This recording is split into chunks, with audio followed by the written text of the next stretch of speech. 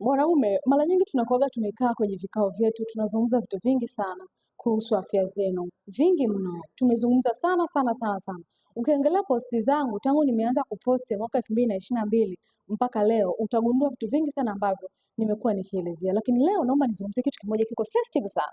Naomba unisikilize kwa makini. Wanaume wengi sana huwa wanapuuzia sana katika swala la kushiriki tendo la ndoa, ngono. Wengi huwa wanafanya ngono kimyehuko, ila unatakiwa ufikirie kwamba swala la kushiriki tendo la ndoa, swala la kushiriki ngono, swala la kushiriki mapenzi sio swala la hisia peke yake, ni swala la kiroho. Kwa sometimes sio ulijali kwa mwanaume kutembea na wanawake wengi sana, sio ulijali kwa mwanaume kubadilisha wanawake mara kwa mara, kwa sababu hiyo inaweza ikakuletea kifungo katika maisha yako. Kuna watu walisema kwamba hakuna mafanikio kwa mwanaume mzizi. Lili. Kuna wakaka leo wapo hapa, wako lazi wanunue dada poa.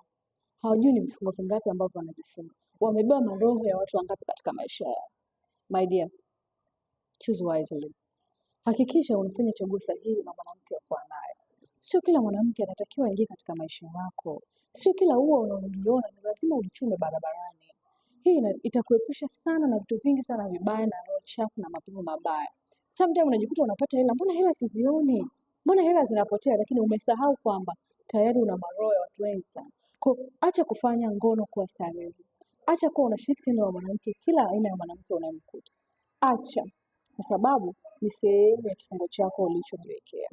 Anyway, tutazungumza zaidi na wale ambao wako kwenye ndoa na wanapata changamoto sana katika performance ya tendo la ndoa na wanashindwa kuhandle ama kuhimili hizi hali. Wanatafuta matibabu kwa sababu wanakosa kabisa ile confidence ama kutokujiamini katika kitanda. Karibu sana katika Nguli na mtaalamu wa changamoto zote za uzazi, Madam Lalat anaweza kusaidia na kukushauri namna sahihi sana ambazo zitasaidia kwenda kumaliza